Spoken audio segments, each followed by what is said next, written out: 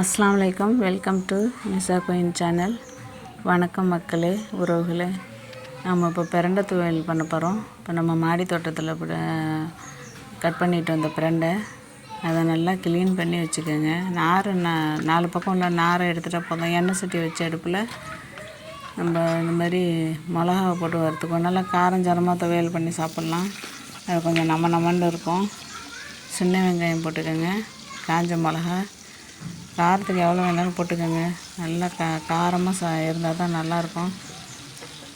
அதில் ஒரு நமைச்சல் கொடுக்கும். பூண்டு, காஞ்ச மிளகா, சின்ன வெங்காயம், பூண்டு, இஞ்சி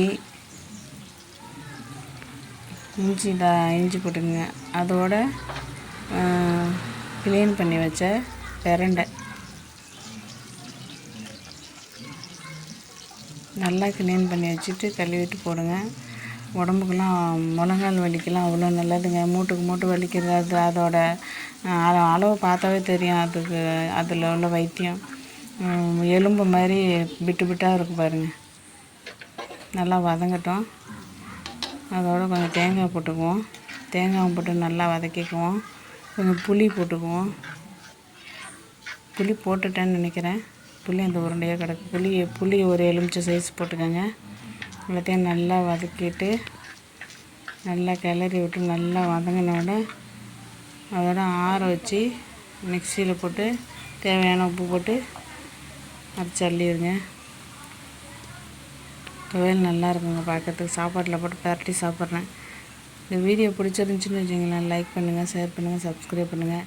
மெயினாக இந்த மாதிரி ஆரோக்கிய உணவுகளை நீங்களும் சாப்பிடுங்க, குழந்தைங்களுக்கும் செஞ்சு கொடுங்க. மெயினான விஷயமே அதுதான்.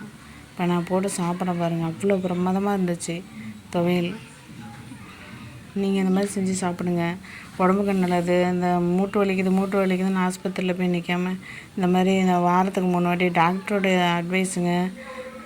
பிரண்டை சாப்பிட சொல்லி, பிரண்டை சாப்பிடுங்க மேடம் அப்படின்னு சொல்கிறாரு. நன்றி, வணக்கம் நம்ம பார்த்ததுக்கு.